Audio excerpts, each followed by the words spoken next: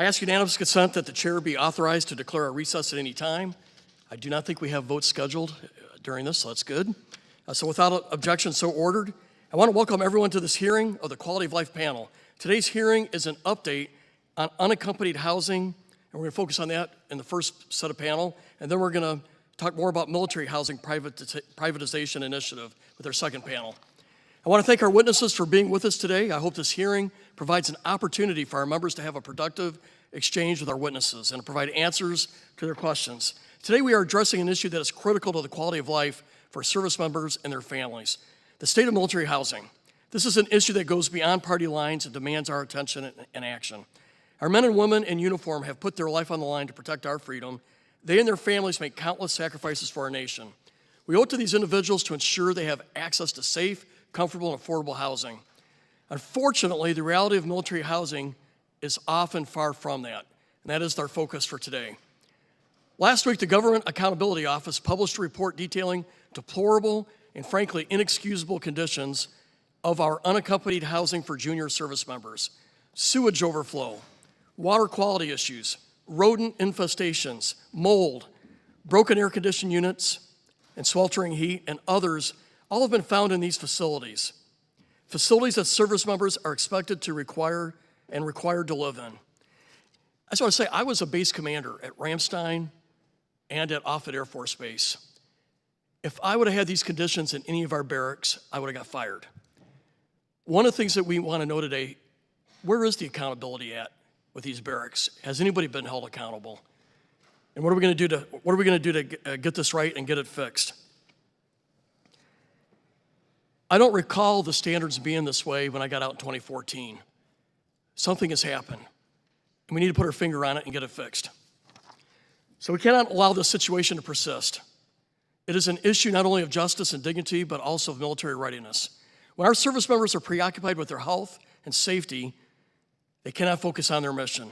A few years ago, we saw similar conditions in private family military housing. Families dealt with long delays in repair and maintenance requests, or requests that were not responded to at all. Children were getting sick from mold and lead paint, and members feared retribution from private companies if they complained to their command. This situation required extensive congressional action to make improvements to these conditions. The department and individual services have continued to neglect the oversight and management these projects require. They have failed to provide the housing that service members need and deserve. I believe what we're going to hear next will prove this. This matter must be addressed. We must demand greater accountability from the Department of Defense. Today you will hear from two panels. The first panel is an expert from GAO that will share the results of a recent audit of unaccompanied housing facilities, including issues related to funding and oversight. In the second panel, we will hear from DoD officials responsible for housing policy. They will describe the current status of privatized military housing. Additionally, they will address the implementation of the statutorily required provisions, ensuring the quality of this housing. I would now like to welcome our witnesses for the first panel. We have Elizabeth Field. She's a director with GAO's Defense Capabilities and Management team. Before doing so, I want to yield to Ms. Escobar, who's filling in for our ranking member. But before I do, this is so important. Just to go off script a little bit, we have a recruiting and retention problem in our military right now. Quality of life isn't the only factor. There are other factors, but quality of life is one. When you talk to parents with an 18-year-old son or daughter, and you ask them, do you want their son or daughter to serve? When they hear stuff like these barracks, it inhibits folks from wanting their 18-year-old sons or daughters to join. If you're an 18-year-old, you see this, it's an inhibitor. We got to get this right. And with that, I yield to Ms. Escobar. Thank you so much, Mr. Chairman, and I'd like to thank you for your focus on this issue at the hearing today. And I would like to associate myself with your remarks on just how unacceptable the current situation remains. We know that especially for young families, this is a critical component of their quality of life.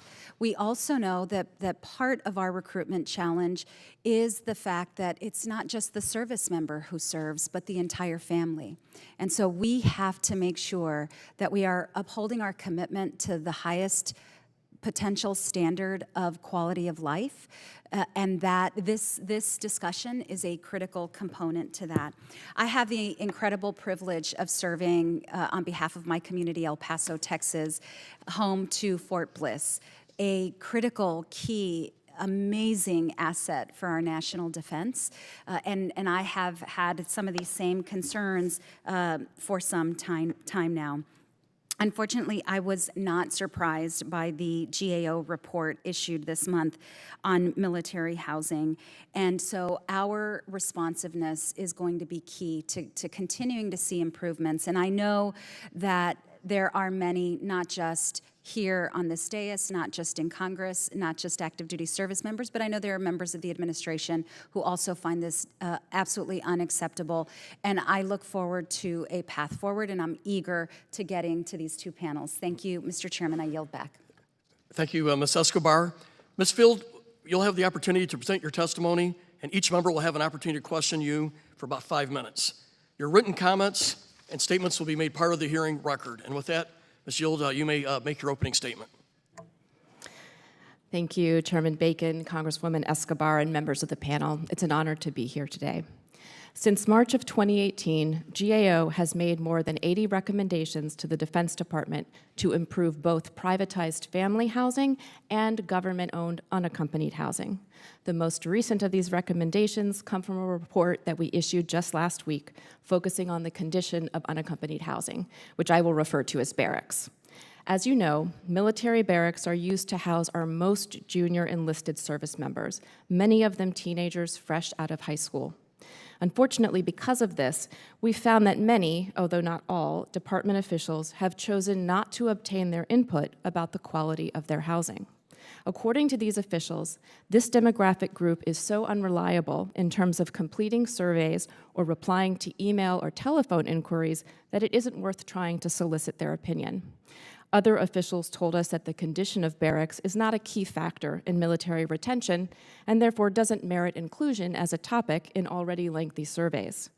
What we learned, however, is that these service members have a lot to say and are eager for someone to listen. Over the course of 5 months, we visited 10 military installations where we held discussion groups with service members living in the barracks. We promised them that their input mattered, that we needed to hear from them because Congress wanted to hear from them. So today, because this panel is all about quality of life, I would like to honor that commitment to them and share what we heard and saw about quality of life in the barracks. As I recount our discussions, I invite you to turn your attention to the slides projected, which document some of the substandard conditions we observed. One of the most common complaints we heard was about mold. There is a leak and black mold in the shower, one resident told us, and maintenance still won't fix it, no matter how often it's reported. Another resident said, mold in the barracks makes you feel expendable, like we don't matter. A number of the facilities we visited had broken HVAC systems. One Marine said, I often wake up at night, sweating from the heat, itching from bed bugs, and feeling like I am suffocating. And this from an airman. It can be really challenging to come in from a day of working where you may be exposed to the cold or to the heat all day and then get no relief from the temperatures when you return to your room. Although DoD standards call for barracks rooms to have at least a kitchenette, we found that none of the military service standards reflects that requirement.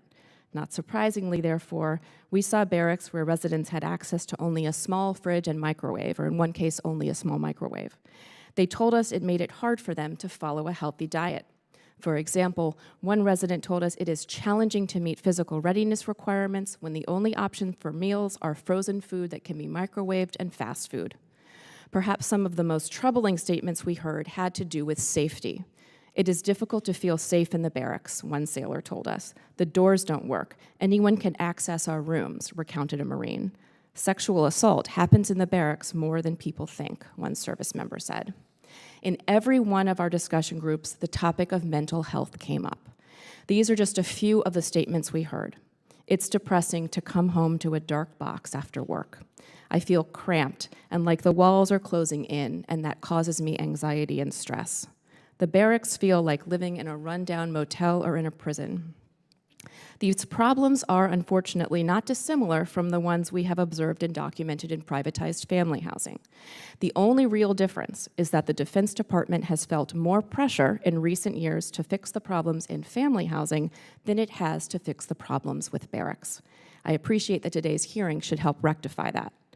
History tells us, though, that ensuring better housing for our service members and their families will take sustained oversight and attention. 20 years ago, GAO reported many similar problems with the condition of barracks. 10 years ago, in a report to Congress, DoD lauded the progress it had made in modernizing its barracks program.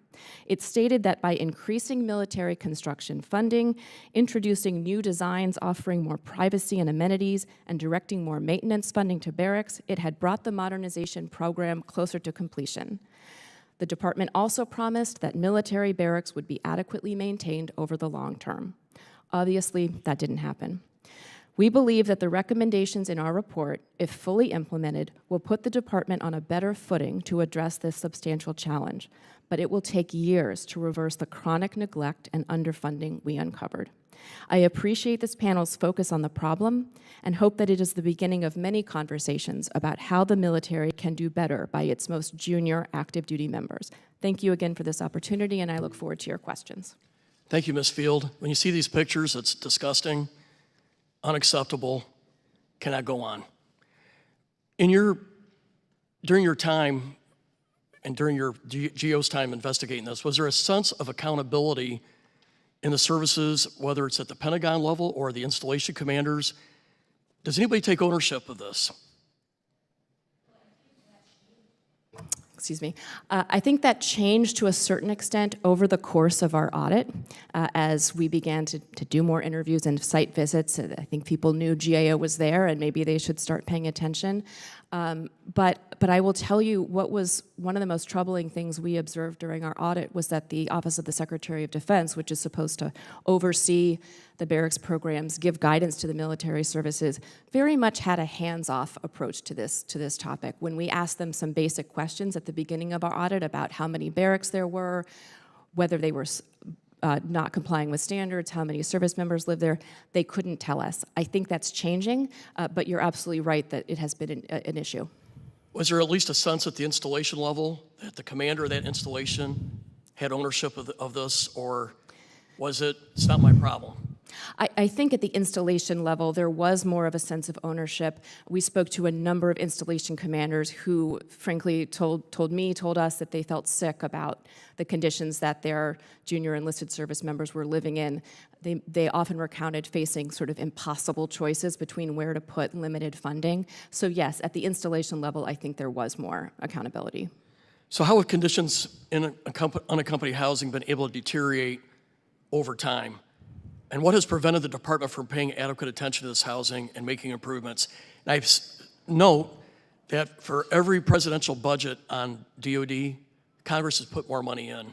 So I don't see how we can blame it on funds. We have actually plussed up DoD's presidential requests. So I'm curious, what is the story? How did this happen? Well, you're right that Congress has, in many cases, given funding to the services when they haven't asked for funding for barracks.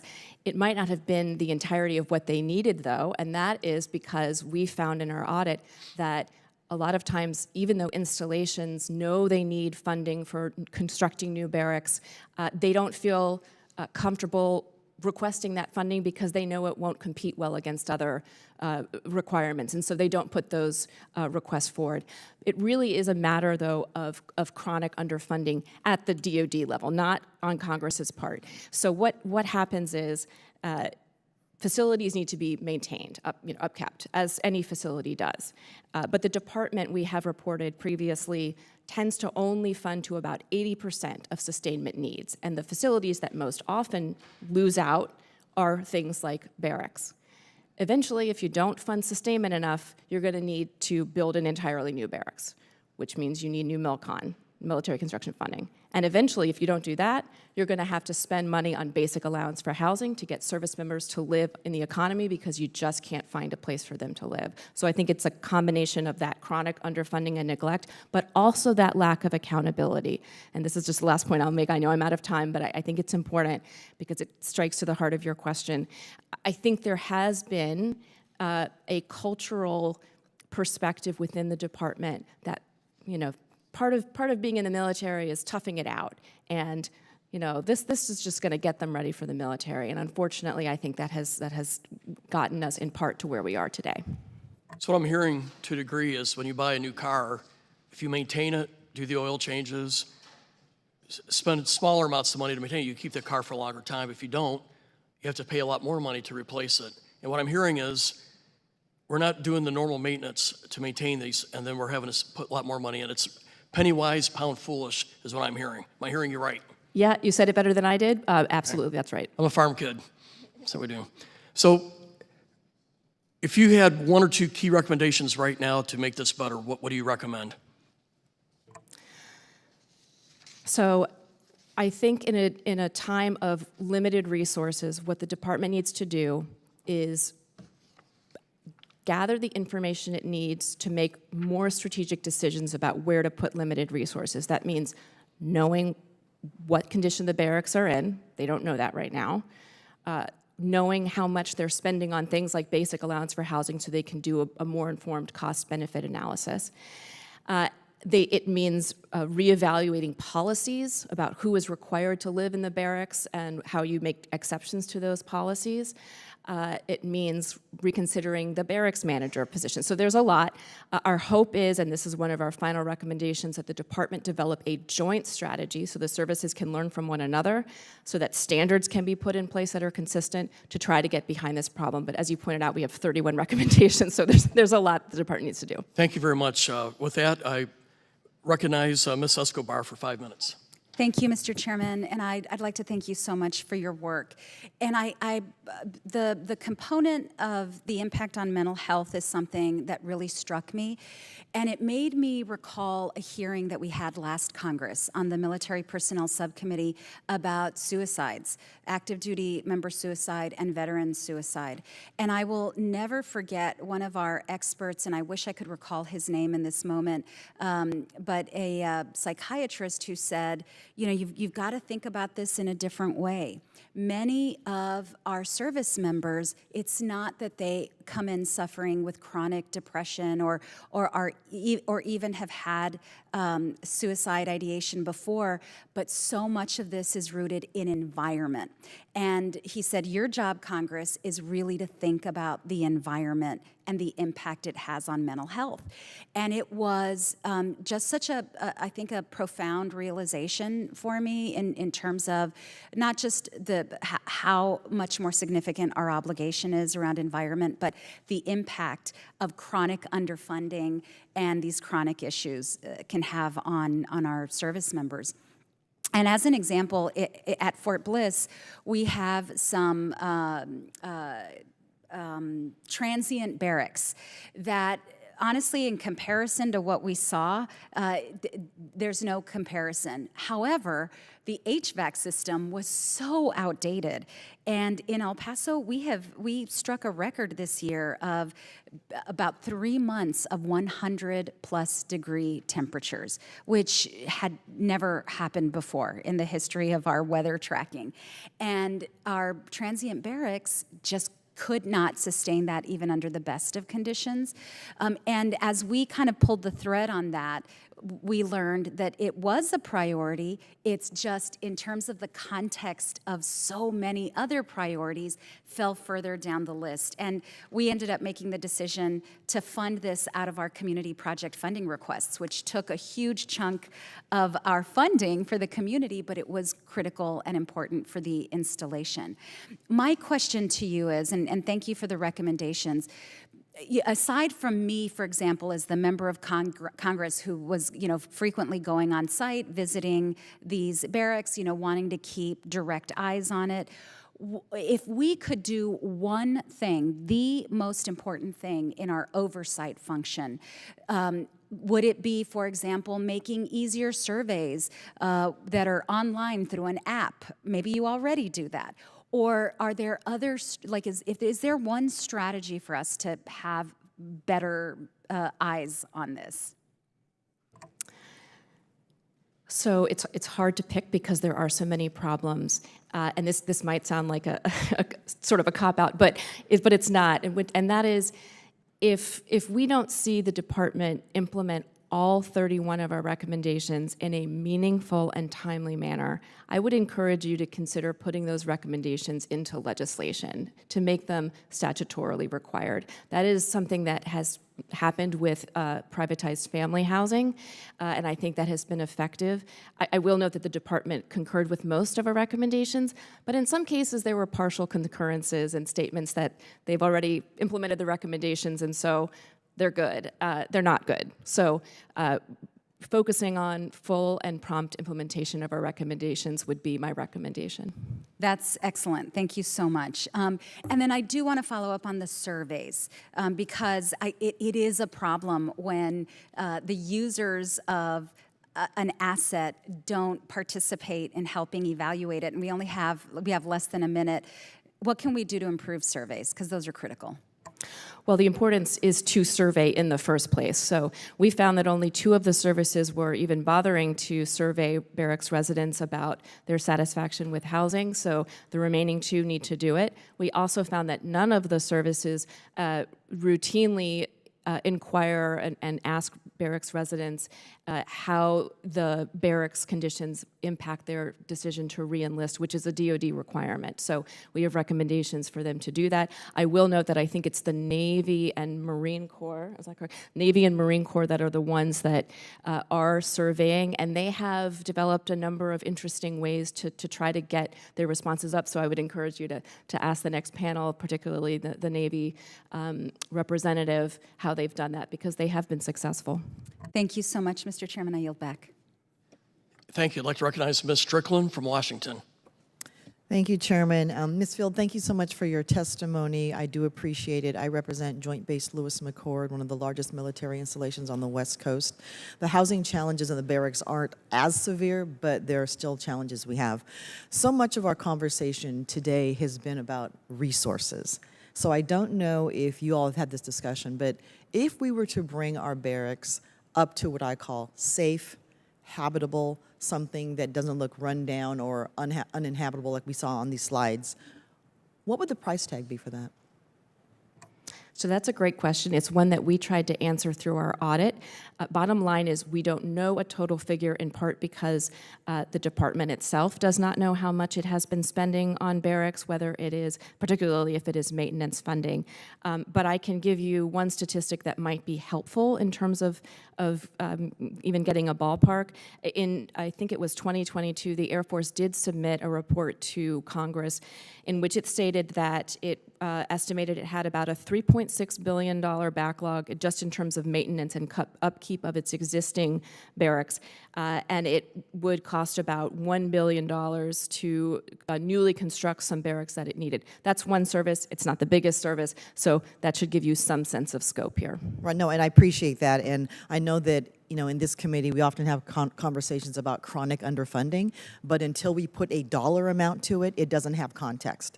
And I say that because, as you know, in Congress, there's often a push-pull between, let's just arbitrarily cut defense by 10%, and then there are people who want to plus it up more. And so I think that having a specific dollar amount to talk about what it's going to take to bring our barracks up to par, in addition to any new capital investments we need, gives us a more realistic place to start.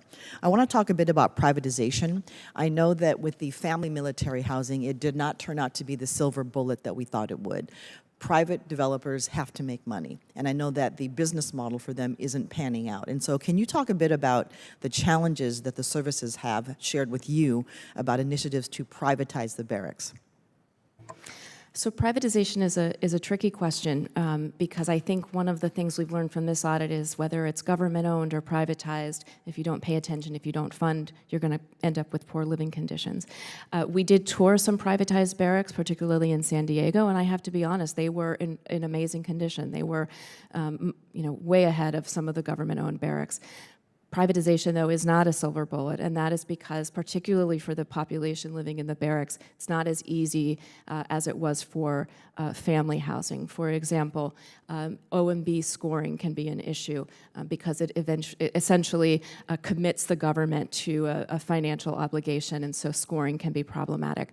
This is a population that moves around more often than families, and so if you have barracks that are privatized barracks that might be left for months at a time, if someone goes off on a training mission, that's a problem. There's also issues related to unit cohesion and the fact that this is a younger population who are new to the military. So there are a lot of things to work out, legally related, funding related. It could actually cost more. It's a difficult policy question. All right, and I would say, finally, can you talk about, well, you talked a bit about this.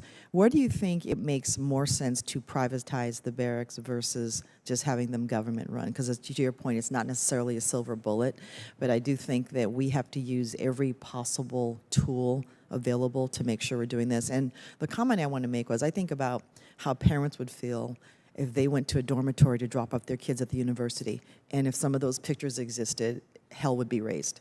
And so I want to make sure that we are treating these barracks for the people who are serving the same way we would treat parents dropping their kids off at college. Well, I agree. As the mother of a 17-year-old who's 1 year away from college, you're absolutely right. I think your question was, where would privatization make sense?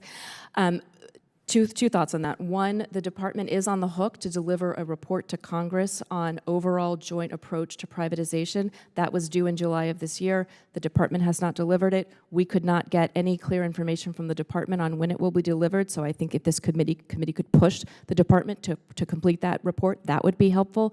The other note I will make is that I think some installations have been successful with privatization for some of the slightly more senior service members, so E5s, E6, maybe E4, that might make more sense.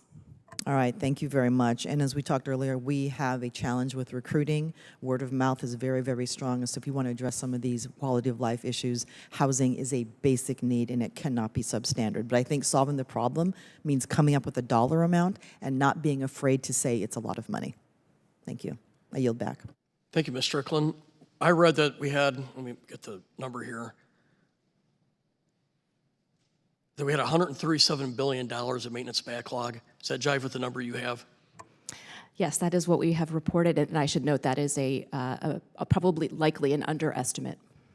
Thank you. With that, I'll recognize Ms. Kiggins from Virginia. She represents large naval installations. Thank you, Mr. Chair.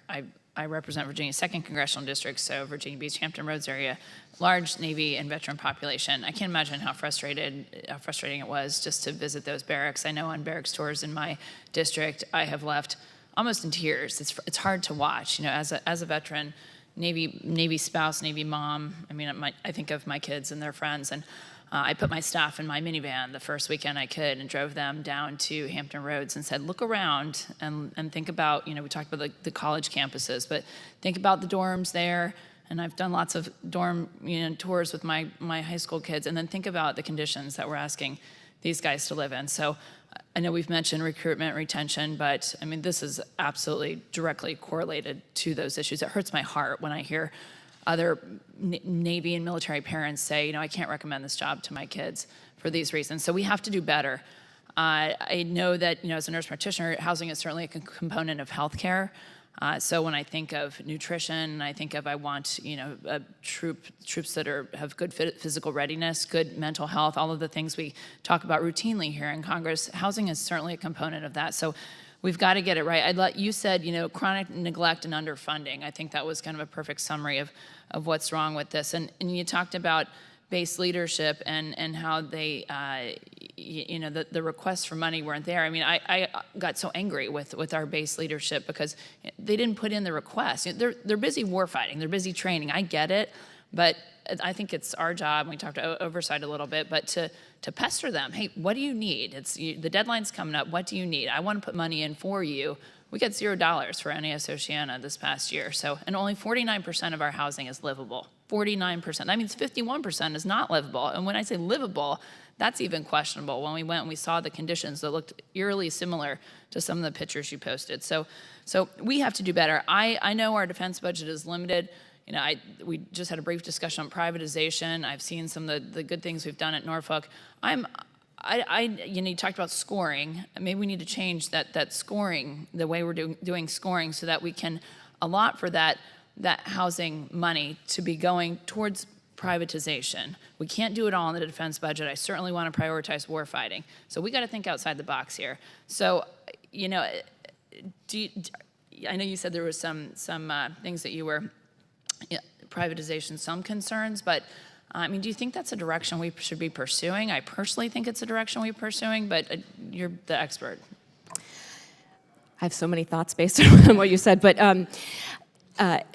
GAO has in the past recommended that DoD explore and examine privatization more closely as a possible option. What came out of that were service-specific strategies that you really couldn't use them to inform policy decision-making, which is why we are really looking forward to that DoD report, which is overdue. Certainly, I think that is an option that should be explored. I don't, from the GAO perspective, want to make a policy call, but absolutely there are benefits to privatization as well as there are cons. But as I said, the facilities I toured that were privatized were really impressive. Can I make one note about Oceana, because I think it's important, and about Navy in particular, and I'm sure you're aware of this. Condition score is 0 to 100 for every facility or every barracks. The one in Oceana that we've looked at has a score of 12 out of 100. That said, for 3 fiscal years in a row, the Navy requested $0 for new military construction for barracks.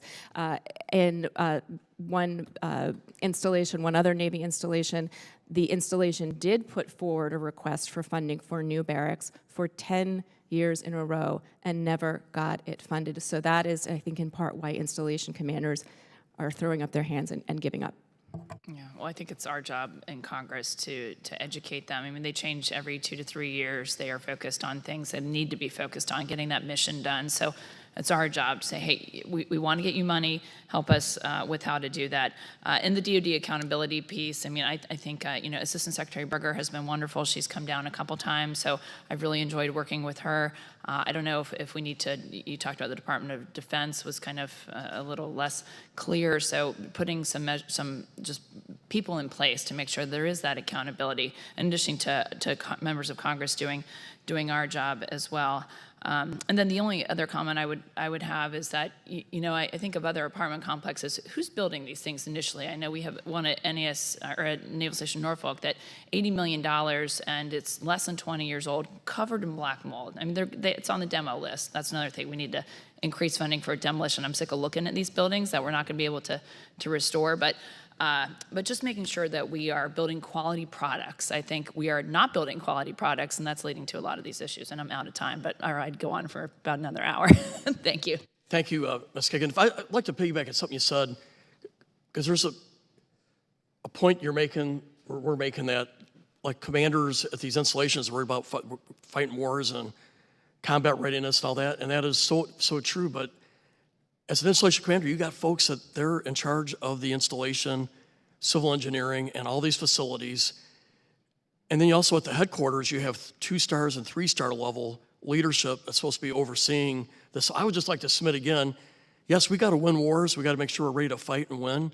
But it's also our responsibility to make sure these facilities are serving our men and women who are there. And so this comes back to a leadership issue, in my view. I just wanted to add in, because it's, so somebody took their eyes off the ball here, bottom line. So with that, Ms. Jacobs from California. Thank you, Mr. Chair. Ms. Field, great to see you.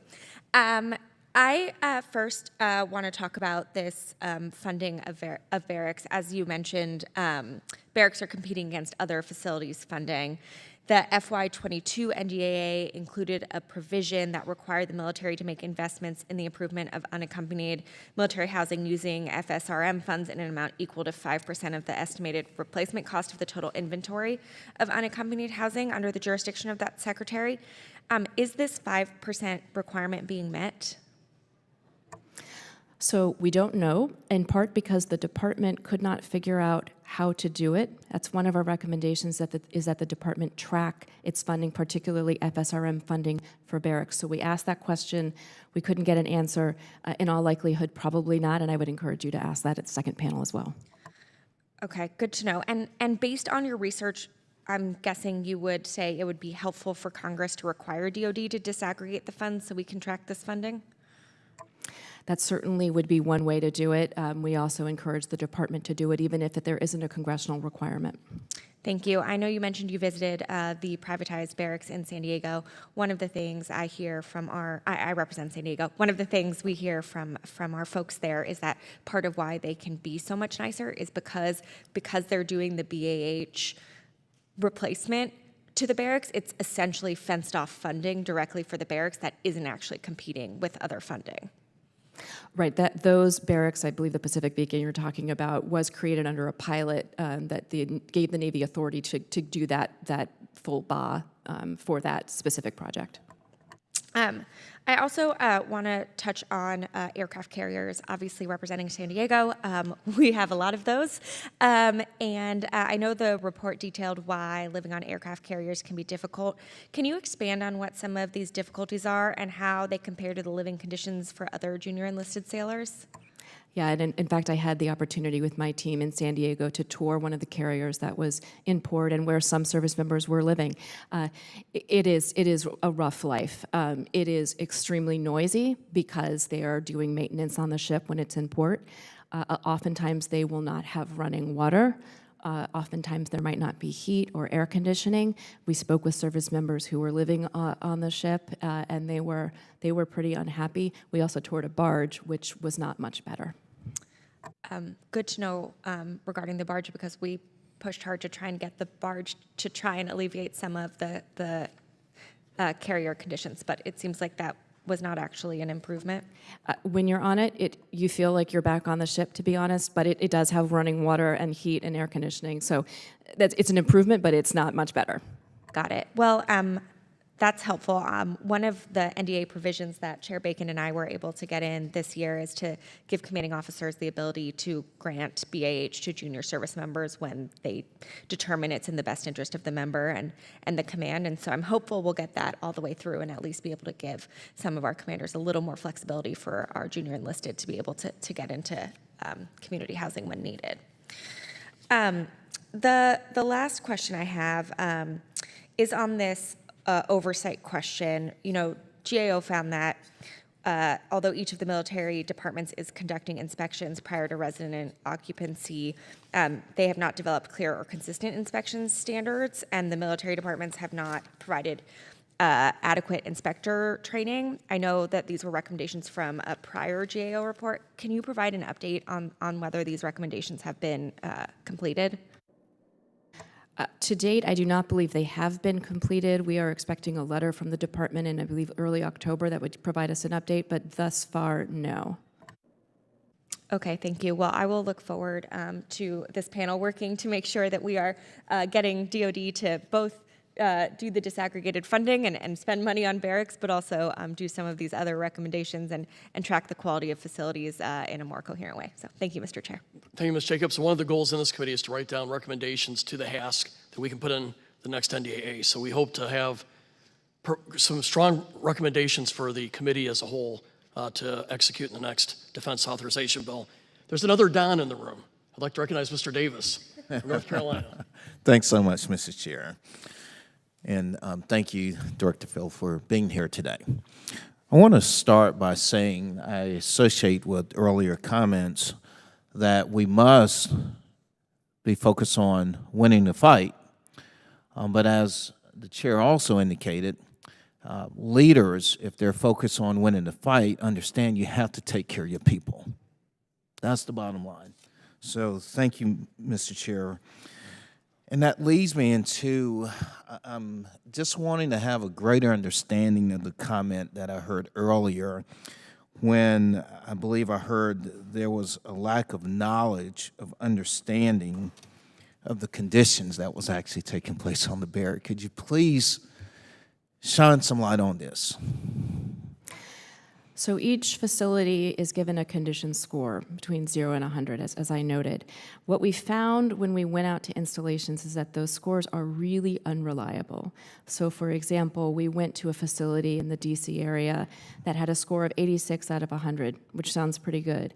That facility had a quarter of its air conditioning broken, so a quarter of residents had no air conditioning, and yet it still had an 86. And this happened again and again where we would go to installations and the scores just did not make sense. We tried to figure out what's going on. Why is this a problem? And we identified a few issues.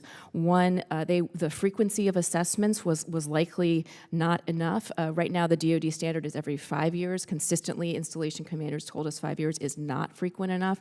And in some cases, they weren't even doing them that frequently, so that's a problem. Another one is the number of systems that they're assessing. There are 13 building systems that they're supposed to be assessing. In some cases, they don't always do that. Another is the training of the inspectors. They may not have training. There's no standard right now. Some services, like the Air Force, do have standard. They hire personnel with expertise to do the inspections. Some services do not. Some take a centralized model where the same team will go out and inspect various barracks across the services. Others have a decentralized model. So we have a recommendation to DoD to reassess everything from requirements for frequency to standards to inspector training. Mm-hmm. And I would follow up on that by simply saying, so even if we throw all the money at it, but we still never keep up, there's no consistency on how we're assessing the situation, how does that help us? That's right. That's why so many of our recommendations are toward getting greater consistency across the department and better information, because I think there always will be resource limitations, but if you have better information, you can make smarter, more targeted decisions. Let me ask another question. We're talking about readiness. This has come up several times, and without any doubt, and I think anyone's mind is thinking about this because this is so unacceptable, there must be an impact, but clearly data's all over the place. But was there any data that exists whatsoever that would really help us understand how this is impacting us from a readiness perspective? Data, no, I wish there were, but certainly that is something that we heard about. I'll just give you two examples. We heard from residents of barracks that because they are so uncomfortable in their barracks rooms, they have a hard time sleeping. They're tired on the job. They don't feel like they can perform and focus on the work that they have to do. We also heard from first sergeants who are responsible for training these junior enlisted service members, and they say, they told us specifically that sometimes they take it easier on them in training. They will cut back the length of runs or the specific drills they're going to put their service members through because they know they're going home to the barracks at night. So clear readiness implications there. The last thing I would like to raise, which really resonated to me because it's connected to readiness as well, is specifically talking about the concerns around nutrition. Could you address that just a little bit more? Because this is not just a matter of not having access to certain, accommodations in a room, but I think there's a broader readiness part of this, if you could speak towards this. Absolutely, and I should note we have an audit ongoing right now looking at food and nutrition more broadly, and that report will be coming out early next year. In terms of the barracks, it was one of the most common complaints that we heard. It actually surprised us how often it came up. Service members do want to be able to cook for themselves. One first sergeant told us that when he moved out of the barracks and could finally cook for himself, he lost 20 pounds because he was able to cook for himself. Access to the dining facilities is part of it. So sometimes if you're working a night shift, you don't have necessarily access to the DFAC when you need it because you're sleeping during the day and it can be hard. Walking distance to the DFAC can also be an issue, operating hours of a DFAC. So a lot of issues there, and we look forward to reporting out on that. Thank you. Yield back. I want to take a moment to say thank you for your testimony today, but also to the GAO for what they did. I think you've highlighted something that this committee knows we got to focus on, and I think the moms and dads all over this country appreciate this because we'll make things better for their sons and daughters and those who defend our country. And some of my key takeaways here is this isn't just a money problem. which it is, and we need to know definitively what is it going to cost to get this right. But it's also policy, accountability. So there's a whole, I guess, smorgasbord of stuff that we need to work on here. It's just not money. So thank you so much. We appreciate your time. With that, we're going to go into about a 2 or 3 minute recess. We're going to switch to panel 2, and we'll come back in about 2 or 3 minutes. Thank you.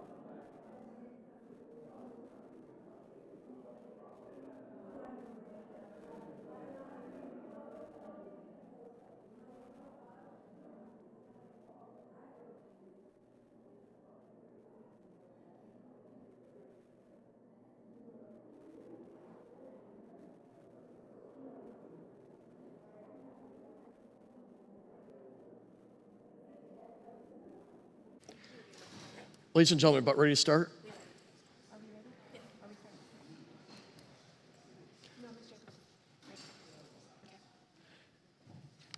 Okay, I want to welcome our second panel and our witnesses. Thank you for being here. We have Ms. Carla Colson, Deputy Assistant Secretary of the Army for Installations, Housing, and Partnerships, Mr. Robert Thompson, Principal Deputy Assistant Secretary of the Navy for Energy, Installations, and Environment, and Mr. Robert Moriarty, Deputy Assistant Secretary of the Air Force for Installations, and someone I served with back at Ramstein. Each witness will have the opportunity to present his or her testimony, and each member will have an opportunity to question the witnesses for 5 minutes. Your written comments and statements will be made part of the hearing record. And with that, Ms. Colson, you may make your opening statement. Thank you, Chairman Bacon. I think Congresswoman Escobar isn't here, but thank you also to the distinguished members of the House Armed Services Committee Quality of Life panel. Thank you for inviting us here today to testify on the Army's unaccompanied and privatized family housing programs. As the Army's Deputy Assistant Secretary for Installations, Housing, and Partnerships, I hope to have the opportunity to share with you the Army's progress, objectives, goals, challenges, and focus on these very essential programs. Quality of life, and in particular, the opportunity for all soldiers and their families to live in safe, adequate, quality housing remains at the very top of the Army senior leader priorities, as it has been for a number of years now. Army leadership remains steadfast and purposefully committed to improving the Army's housing posture, fully recognizing the linkage between the quality of our housing and our ability to recruit and retain a ready force.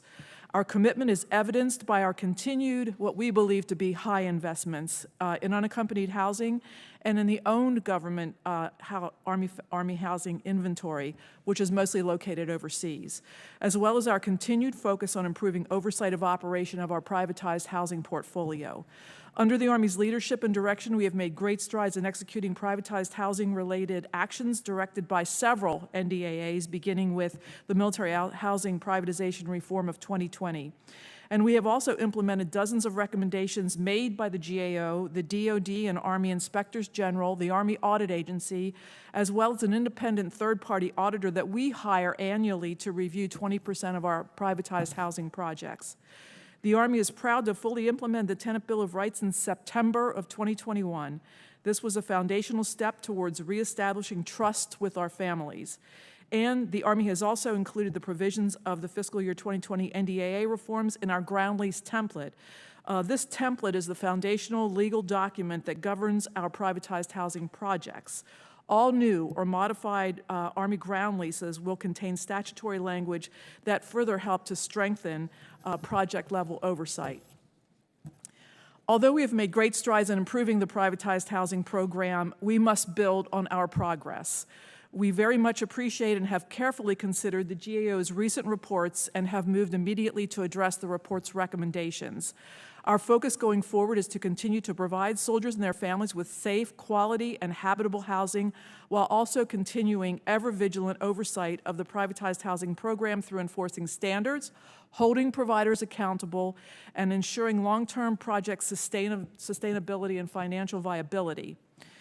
The Army is also fully committed to improving soldier quality of life by addressing deferred maintenance and underinvestment in unaccompanied housing that was referred to in the previous panel. Even before GAO issued its initial report, and we had seen the draft earlier this year, in the fall of 2022, the Army took the unprecedented step of inspecting every room in every barracks building, of which there are over 6,700 buildings, to remedy life, health, and safety issues identified.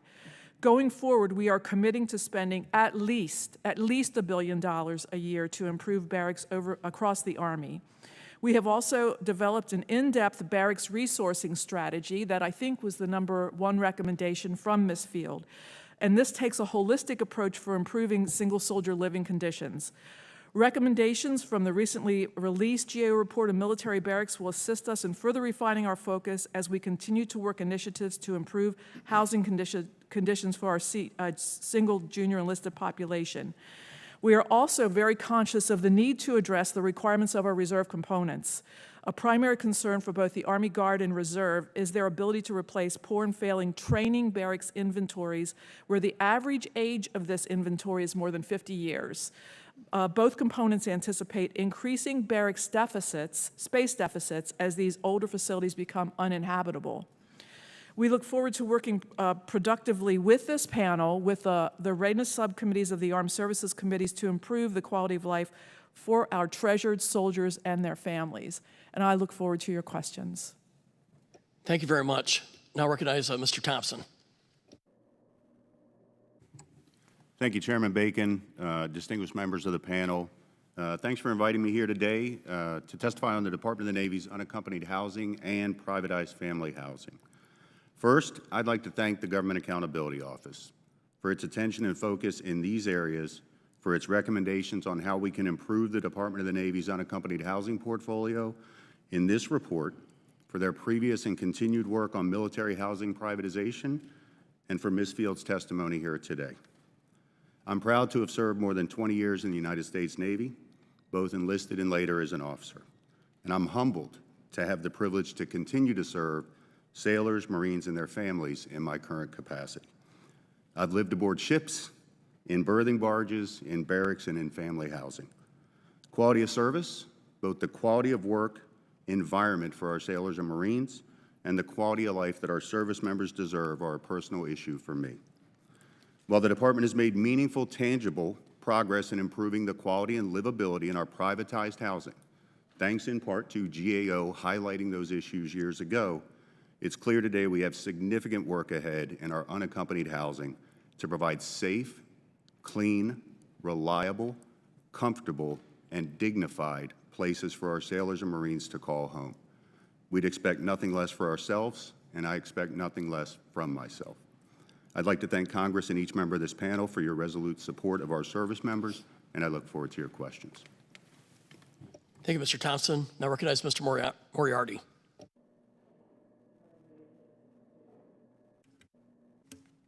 Thank you, Chairman Bacon and distinguished members.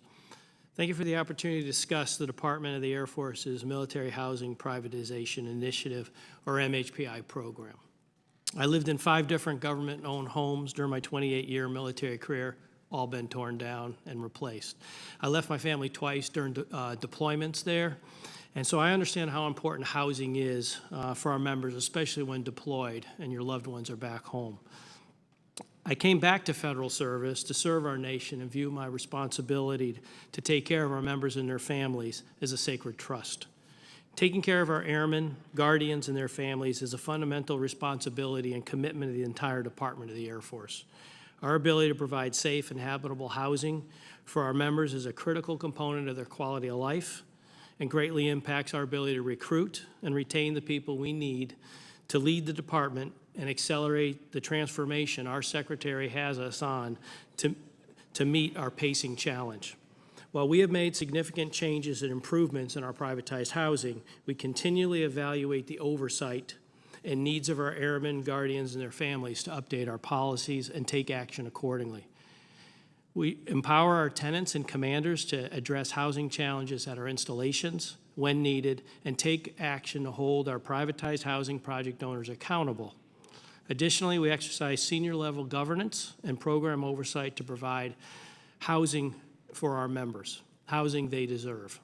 We continue our efforts to improve our privatized housing portfolio to implement the most recent actions, audit actions that the GAO identified. And I too would like to thank the GAO for their continued partnership. I think in MHPI, the improvements we made in large part due to their first report, the second report, I'm glad to see they recognize some of the improvements, but that there is still work to do.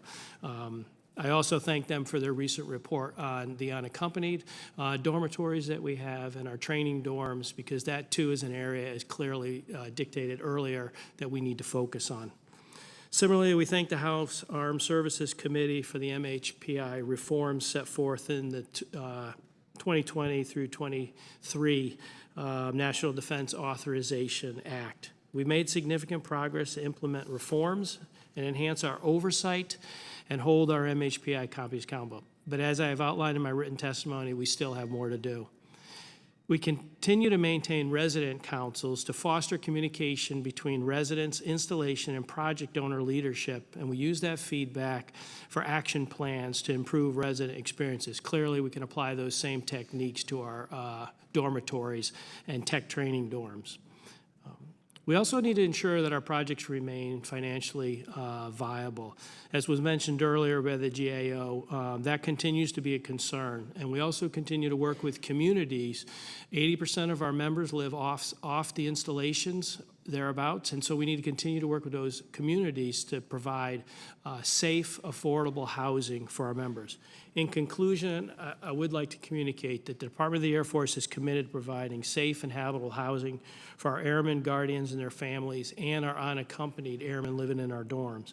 Our leaders are fully engaged, and only through partnership with our privatized owners, local communities, and installations can we effectively achieve that end. Look forward to working with you on our mutual goal to address quality of life for our members, and look forward to your questions. Thank you very much. I want to put a little more emphasis on military housing, but before I do that, I'd like you to each maybe address the unaccompanied housing. The report from the GAO is appalling. How did we get there? Who was responsible? What happened? I'll start off with Ms. Colson. Thank you for your question, Chairman Bacon. I have been working this portfolio for a very long period of time now, and I think it's through many years of not looking closely at the deferred maintenance, at investments, and so now we are in effect playing catch up. And this is not, the report, frankly, was not news to the Army. We're well aware, and our leadership, from our secretary, our chief of staff, on down, are focusing very clearly on quality of life, and Barracks is a piece of that. We've done a lot of work already, and I know that you've probably heard the testimony previously. We have, over the last several years, committed more than $1 billion a year. We've done a Barracks resourcing strategy. So we're looking at how do we spend our dollars in the most effective manner. When you see our budget that comes over in February, I believe you'll see a multi-year investment strategy that looks at providing additional sustainment dollars. As Ms. Field pointed out, we need to sustain the inventory we have. And just as an example, we've got in the Army, through our modeling efforts, we can see that we have 300 permanent party barracks buildings that are in poor and failing shape. Across our fiscal year defense program from 24 to 28, we can address 113 of those barracks buildings. But at the same time, if we don't fully sustain, we'll have 110 existing barracks buildings that will move from good or adequate into the poor and failing category. So we don't make much progress unless we can ensure that we are doing preventative maintenance and fully sustaining our inventory. I'll just point out, though, again, we've taken the services budgets, we've added to it. So there is a disconnect here between each service's budget requests, and we're adding to it, and yet it's been not been enough. So it doesn't add up, would be my point. But Mr. Thompson. Yeah, thank you, Chairman. I'll go back to Ms. Field's testimony. I can't speak to leadership decisions in the past. I've been blessed to be in this position for 9 months now in an acting and now full-time capacity. So I'll go back to Ms. Field's comments. I think there needs to be a realization that we are approaching kind of facility criticality maybe from the wrong angle in the department.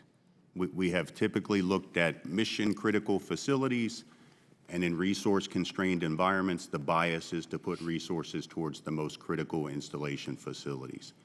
The reality is the introduction of a single sailor service member into a facility makes it by definition mission critical. The fact that these are their homes makes it mission critical. So in a resource-constrained environment, I think our overall approach to how to apply resources, those that we apply ourselves, those that the Congress thankfully has helped us with, there needs to be a clean-eyed look at that. The second part is standards that Ms. Fields hit on. Yeah, there are 13 technical standards. Sometimes we use all 13, sometimes we use 10, 9, et cetera. This is a conversation we've just started with OSD since the GAO report came out. You know, there needs to be a standard for livability, right? There needs to be a plain-eyed, clear-eyed view of what the standard is for this place to be dignified, safe, and comfortable. So I do think we have taken our expertise in facilities, just moved it right on over into essentially barracks, and then we expect that to serve us well there. And again, even if we trained everyone, even if we had consistency in application, I think we're still missing something there in terms of the fundamental technical. I only got about a minute left. I just want to let Yes, sir. Mr. Moriarty also speak, and I'll yield. Chairman Yes, Mr. Bacon, I'll go quickly. I think the Air Force, we did lose the bubble. We used to have a dorm focus fund when you and I served in USAFE. We went away from that, and when we centralized a lot of our installation management, when we put all the money together, we went to a worse first, or then went to a condition-based thing and prioritized everything together, looking at the best. We've gone back now, back to the past, and we now have a focus fund, if you will, where we set aside the amount of funds we think we need to keep the dorms good and accelerate that. So they do compete within there from the top line, but then they compete amongst themselves, so we can target our investments at our worst dorms first and where it's needed in the portfolio. So I'll keep it at that, Mr. Chair, and come back. I just want to, when I was the commander at these two installations, I had 4-stars walking around our dorms. If I would have had it that way, I would have got fired. I just don't understand what happened over 10 years, 12 years, where this fell off the radar. And we got to put it back on the radar, and it's mission critical and essential. But with that, I got recognizing Ms. Jacobs, who's serving as the ranking member. Thank you, Mr. Chair. Thank you all for being here. First, I wanted to actually follow up on a question I'd asked Ms. Field. Why was GAO unable to find out if the services were meeting the 5% requirement of using FSRM for Barracks? I'll go. That I took a note to myself. We definitively within the Department of the Navy know that we are meeting the 5% minimum investment floor of the plant replacement value for the facilities. I think Navy and Marine Corps combined, that's a little over $360 million, admittedly modestly above the 5% floor. So that information is available strictly from a restoration, modernization, and sustainment perspective. And so how that wasn't made available through the department and to Ms. Fields, I take that for action. And I agree. We also have done our homework and our calculations. And I think there was, between the military departments, a little bit of a difference of opinion on how we define plant replacement value. I don't know that we ever came to any conclusion, but the Army feels also that we have met that requirement and have provided that information to OSD. Thank you, Ms. Jacobs. Okay, thank you. And, one of the things we hear is that part of the problem is that this funding is competing against other FSRM funding. Would it be helpful if Congress mandated this funding be fenced off only for Barracks? Or I guess, why has the department been unable to actually just do that themselves?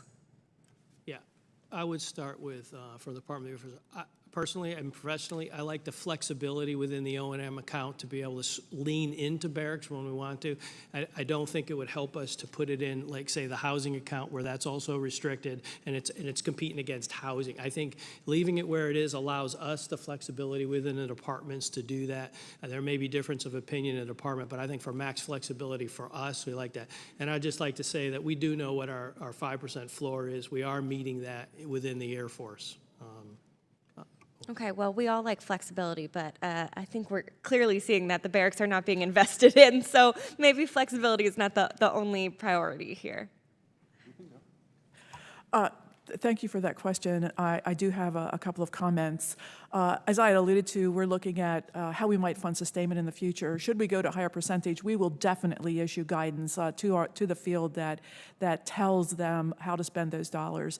I also would like to say that within our program, you might not see a lot of projects that are military construction projects for barracks. We primarily use MILCON for deficit, for additional spaces that we need for things like stationing actions. But I will say that about 75% of our restoration and modernization program is already dedicated to barracks. As a matter of fact, if you talk with the Army G3, their concern would be more along the lines of having dollars available to take care of readiness facilities. So it is very much a balance, and how we work within, in my case, the Army, to ensure that we are able to balance quality of life requirements with those with modernization as well as readiness. But we already have a significant contribution to quality of life for barracks. Yeah, Congressman, I'll go quickly. To your point, flexibility to do what, right? Flexibility to run barracks that result in what the GAO found.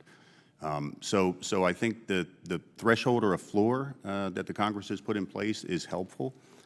My personal experience has been that absolute fencing can be problematic, not from a decision space perspective, but I think folks kind of back off of fenced accounts and don't challenge themselves or assumptions with what's in those appropriations. And lastly, to the point about privatized barracks, you know, that essentially commits us to a should fund for what right looks like, and by definition becomes a must fund in the MILPERS accounts, which produces the outcomes that Ms. Field saw in the privatized barracks.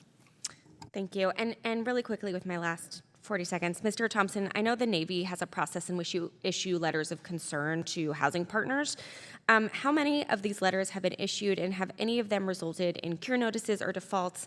And Mr. Chair, I'd like to enter into the record 2 articles about some of the issues we're having in San Diego following more than 50 lawsuits taken up by military families. Without objection, so ordered. Yeah, Congresswoman, I'll answer quickly. To my knowledge, there has been 1 such letter of caution issued to date, and I am not aware of a removal action based on it. Thank you, Ms. Jacobs. I recognize Ms. Kiggins. Thank you, Mr. Chair. I just wanted to ask a couple more questions about the privatized family housing and just reading the GAO report. So we have 99% of our family housing is now privatized. So we're almost all the way there. So it's come a long way. And what were the biggest challenges of implementation when we made that decision of we're going to go privatized? I think it's been a work in progress, and I've only been here a limited time really paying attention. But what did that look like, that transformation?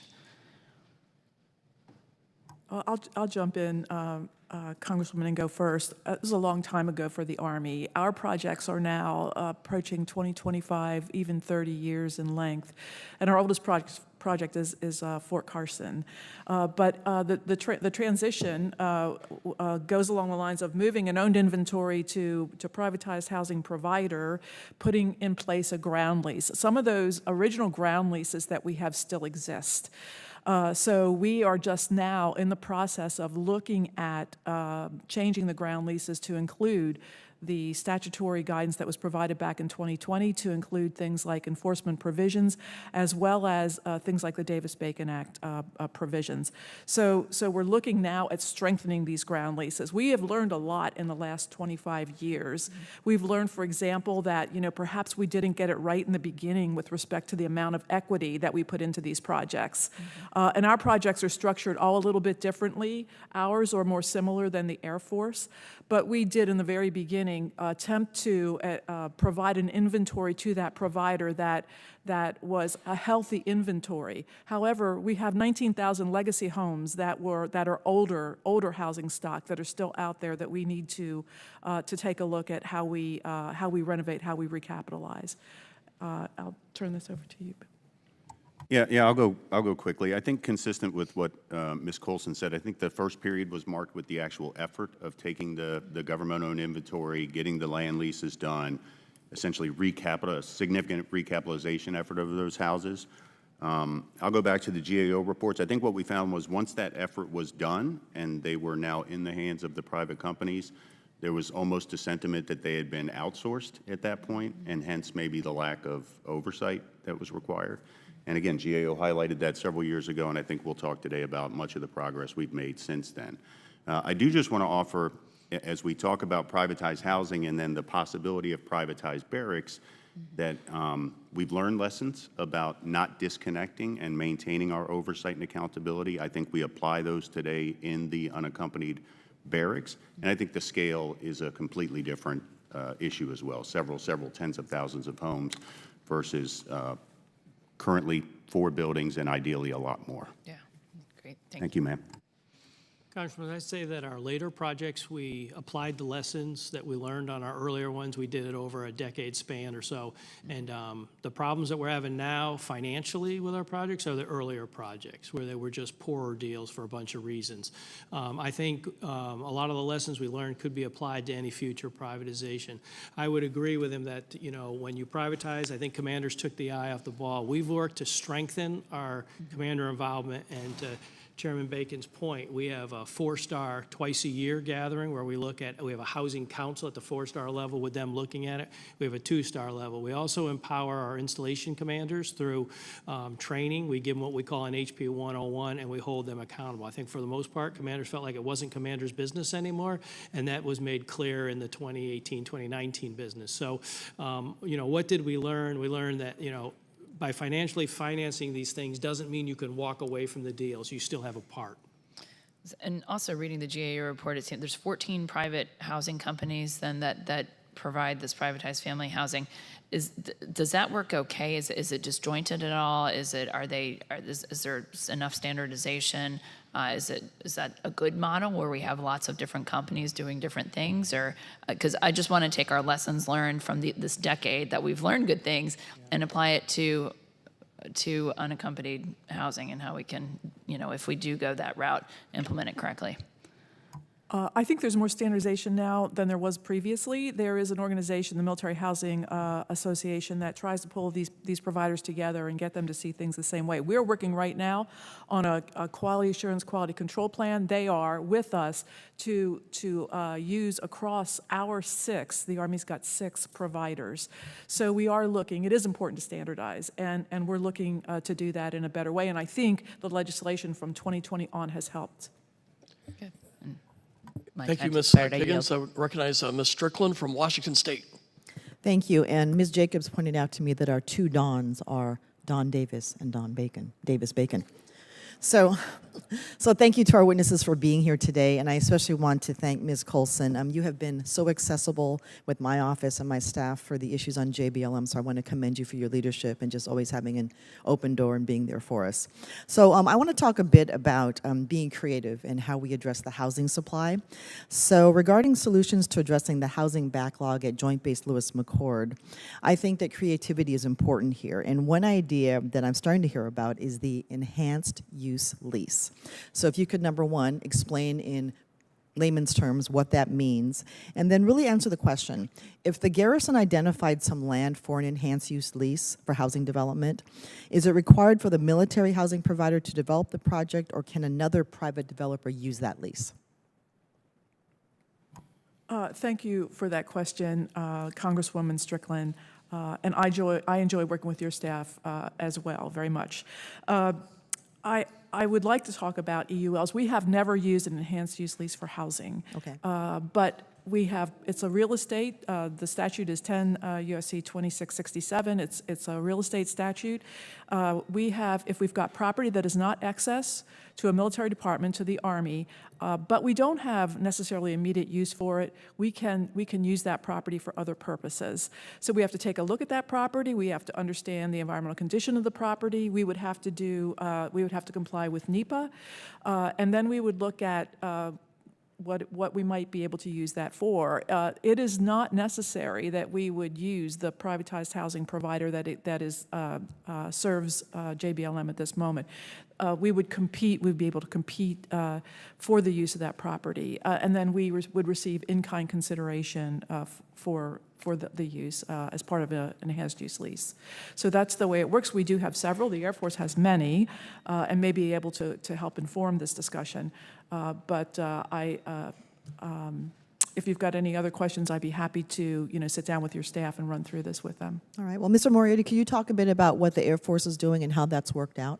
Yes, ma'am. So typically, you're right. Typically, our clauses say we don't compete with them. But in a market like that, it would work. We have enhanced use leases like down at Eglin where we have mixed use. So we might have apartments on top, development. We're working one right now in F.E. Warren. Will be another mixed use. It's in the process of negotiations, but that would produce housing. The win there is, while we're not involved in who gets assigned there and how it works, it would be a market-driven rent, right?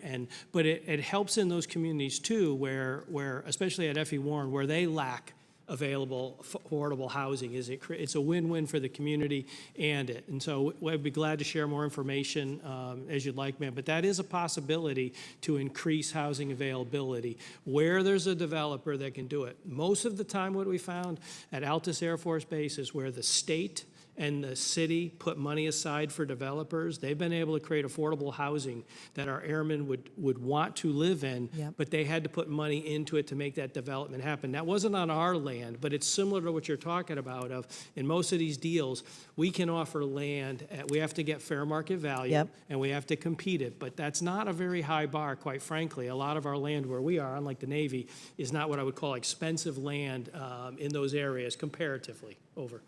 No, great, and I love the, as a former mayor, I love the idea of mixed use because you're often building housing and then you're building amenities with it as well, so it improves the quality of life. So our office is definitely interested in learning more about that, and thank you for your testimony. I yield back, Mr. Chair. Thank you, Ms. Strickland. Recognize now Mr. Alford from Missouri. Thank you, General Bacon. I just want to say, first off, how much I am honored to be on this panel. I just think this is long overdue, and I'm not a veteran, but I've been to Fort Leonard Wood. I've seen the barracks there. I've seen the issues. Ms. Colson and I talked about this yesterday on the phone.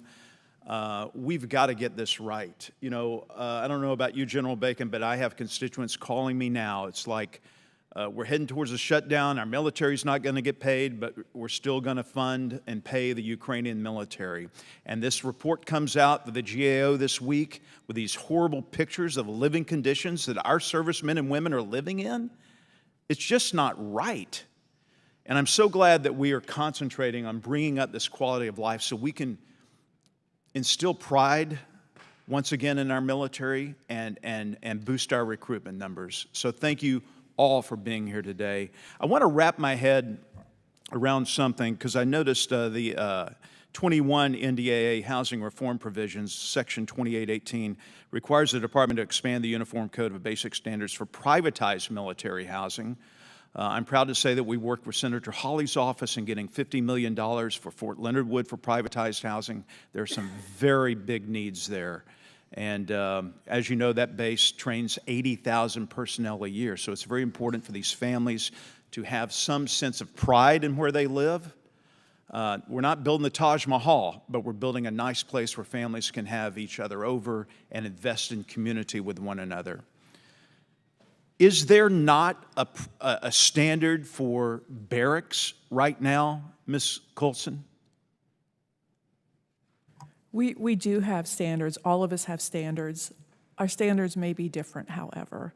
Why? Why are there different standards? Well, I think left to our own devices, Congressman Alford, we'll do what we feel is best for our military department. And I'll give you an example. We've just established a new construction standard that is great. It's 4 bedrooms, 2 bathrooms, a full kitchen, a full living room. I don't know what the construction standards are for the Air Force and the Navy, my counterparts, but this is a decision that Army leadership made, and we would like to be able to provide that level of standard to our soldiers, our single soldiers. So we all have standards, and we can sit down and talk about what our standards are. I think that there is, the HASC-R is undertaking a look during this NDA that's being discussed right now at asking us to standardize across the military departments. I am an advocate for that. I would like to see that as well. You say we need, or you need $1 billion a year to get this right. How many total buildings are we talking about? You said 6,700. Is that the total number of barracks there are in the DoD? So for the Army, and I can only speak for the Army, Okay. it's a matter of scale. I think the memo that you received last night said there were 9,000 barracks buildings. The Army has 6,700 of them. Okay. And 3,900 are training, and the rest are permanent. So of those 6,700, what percentage is not up to a standard that you would want to live in? We consider 23% of that number to be in poor and failing condition. And currently, there are service members living in 23% of these 6,700 barracks that are below standard. are failing? I don't know that they are livable or habitable, and many are collective training. The ones that, Representative Escobar is not here, but those that she talked about, for example, at Fort Bliss, that are used by the Army Guard, the Army Reserve during annual training. So for permanent party, if I can just talk about that, the number is smaller. It's 18% of our permanent party barracks are in poor and family. So at $1 billion a year, if we came up with this money, how long would it take, considering the deferred maintenance on these other buildings, we're going to dip down into the substandard category, how long will it take to right the ship? Well, we already spend over $1 billion a year on our barracks. When we looked at, and this is data from modeling, when we looked at what it would cost to recapitalize our permanent party inventory that I just described, the bill for that inventory alone is $6.5 billion in addition to what we're already. I'm almost out of time. At the rate of $1 billion a year, how long would it take to right the ship, to get it right? No substandard housing. So we look across the POM 25, 29, it would take about an additional $6.5 billion, and that's just from a modeled number to be able to restore and modernize our inventory to 100%. I've gone over. Thank you, Mr. Chairman. I yield back. Thank you, Mr. Alford. We only have the room for about 5 more minutes, so I'll try to wrap up. But I just saw the headline just came out from Stars and Stripes: sewage, rats, and crime. Our service members deserve better. Not good. And I hope our service chiefs are taking this personally. They need to. To me, it's a leadership problem and a funding problem. I get that. We're part of the solution here, but it's unacceptable to have that kind of headline. That's what our people are reading today, all over the country. I got a request, but not to be answered today. I would love to sit down with whoever the experts are to understand how do we determine housing allowance. I've had more feedback from people that's a mystery. You know, it sounds like some people are super calculators behind a closed door, and it seems like it works in some of our areas, but other areas it appears to be woefully underestimated, like in Washington, D.C. area, as an example. I've heard the same in Hawaii and San Diego. So I'd love just to understand it better, to see if we can put a better oversight on that or not. I just don't know if there's a issue there. And maybe one last question for me. How would each of you describe, if you could do it briefly, characterize the financial health of your housing, military housing projects? For how many of them you've had to refinance by bringing in additional funding? If you just give us a little sense how each service is doing there, I'd be grateful. Yes, Chairman. For the Department of the Navy, I think our overall financial health across the partners is healthy. We do have a few challenge projects, particularly our Marine Corps projects down in the Carolinas, largely as a result of Hurricane Florence and some of the effect on the inventory there and occupancy. So, but the bottom line is we've had none that have gone to refinancing or restructuring. Thank you. Just very quickly, I think we are happy with the short-term financial viability of our projects. It's the long term. It's what do we do over the next 25 years to address the needed recapitalization of our privatized inventory that we struggle with. We welcome your feedback and how we can assist there. That's another area that we got to look at. Mr. Moriarty. Sir, every year we do a financial check of our projects. Based on this year's with the BA rates and costs and all, 12 of our 31 projects are going to require some kind of restructure. We have put money in starting in 22 in our budgets to get after those so that we can have good debt coverage, 100% sustainment, and at least 70% reinvestment.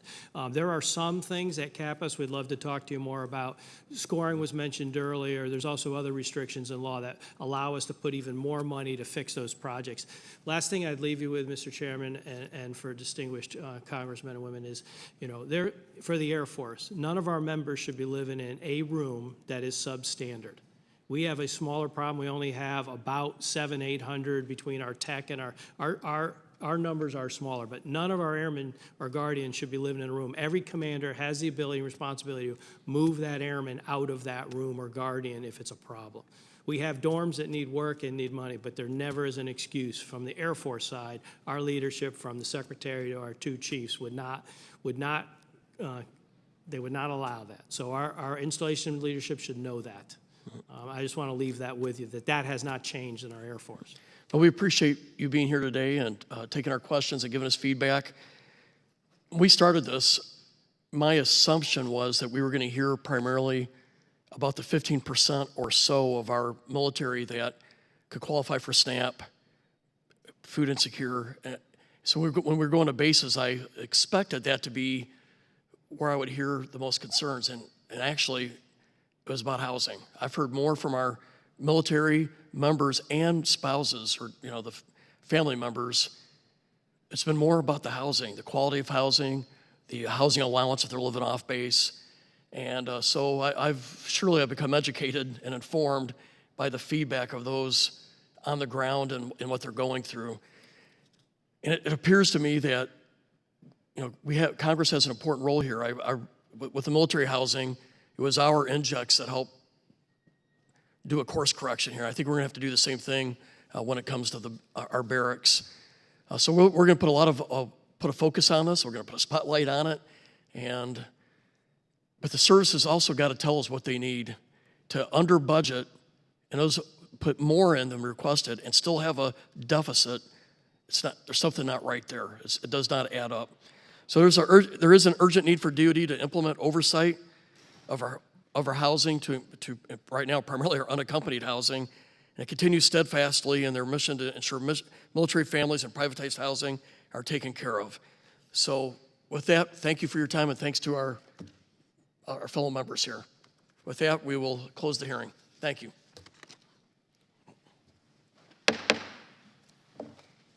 Thanks. Okay. Yes, sir, got a pen? Yeah. Go down there and thank them.